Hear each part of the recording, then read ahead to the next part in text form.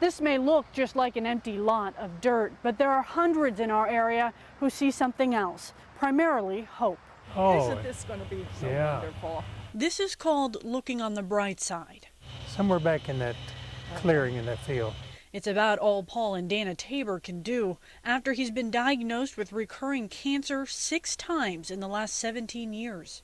Between 1996 and 2002, I only had 1 year in there that I did not have a cancer growing.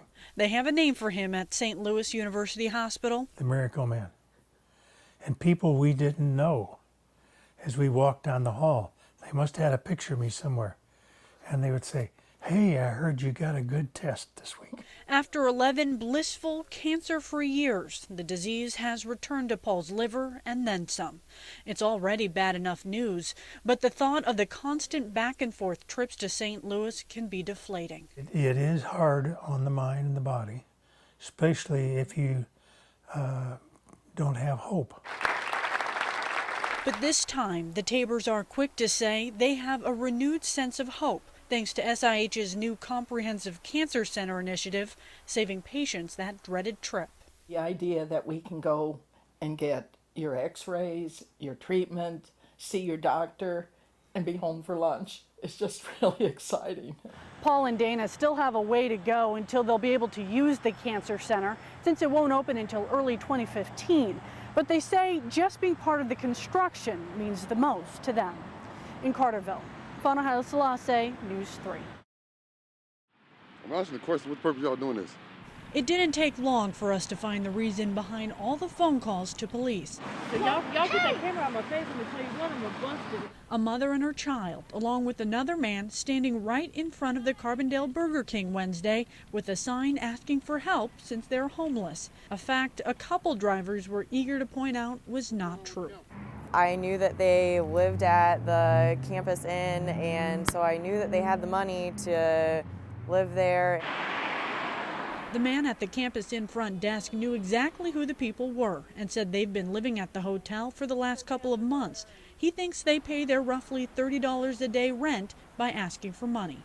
Why are you doing this? Because I'm poor, I can't work, I'm disabled, I'm fighting for my disability, I get $300 a month in the state of Illinois. Do you live off that? She was on this stop. Ellen Millard passes the group nearly every day as she goes into work at the mall. She says she doesn't care if the adults choose to ask for money, but was horrified when she saw the little girl outside in the cold Tuesday night. I called the police right away, like when we were in the car, and they told me that I was the 6th caller and they couldn't do anything. Carbondale police would not go on camera, but said they are well aware of the situation. And writing words on a poster board isn't breaking the rules. It's defined as free speech. Technically, standing in the sidewalk holding a sign like this is not illegal. The city definition for panhandling means you can't ask people for money, nor can you do it in the roadway. But that's not giving Millard any peace of mind. I just wanted to jump out of the car and pick this girl up and run away with this girl, because there's no reason why this girl should go through this. There aren't many things in life that can cause destruction like this. This is like the 3rd tornado I have experienced. I'm saying it's a tornado. It sounded like a freight train. Yet somehow Karen Ewell made it through to tell us about it. And not just Karen, but also her husband, son, and great niece. Apparently the trusses, the roof started caving in on us. We had all kinds of stuff coming in our heads. Their story becomes even more incredible as you circle the house and realize only one wall is left standing.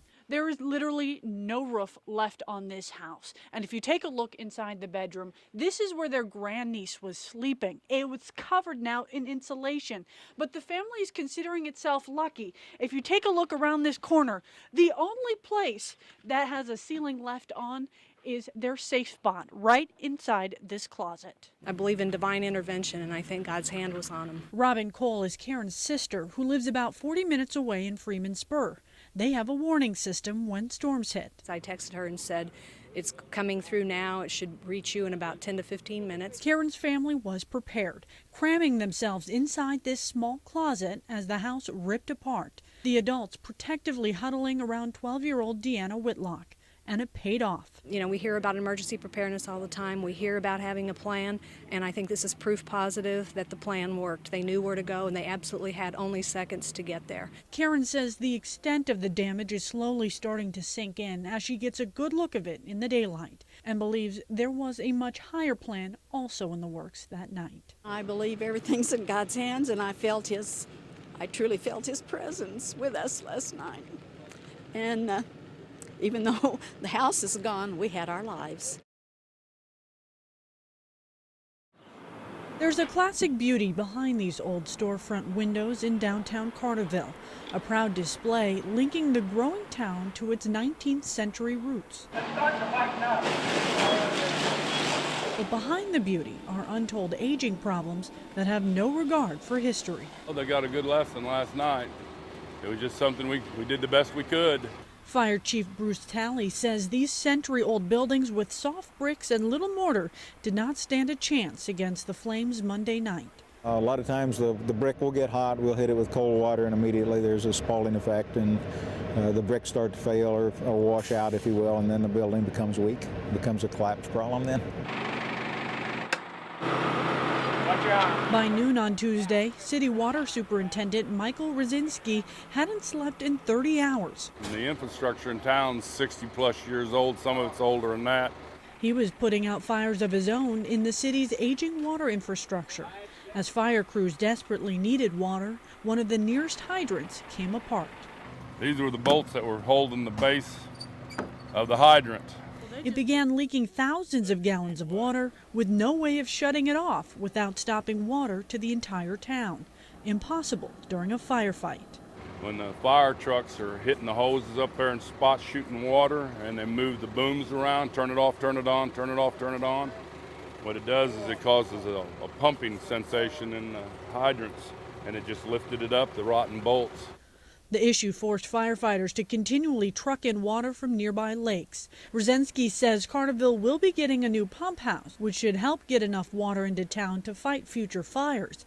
But he says officials must upgrade the water pipes and hydrants for the safety of the town.